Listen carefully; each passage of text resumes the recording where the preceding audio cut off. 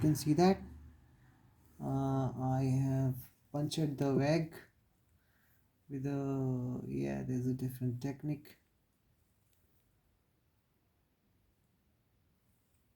So I'm just, yeah, removing all the yolk. Oh my god.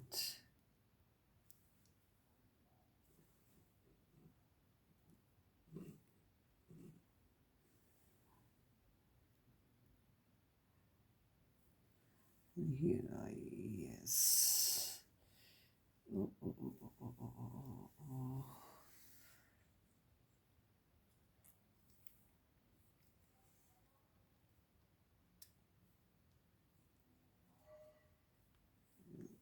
Yeah.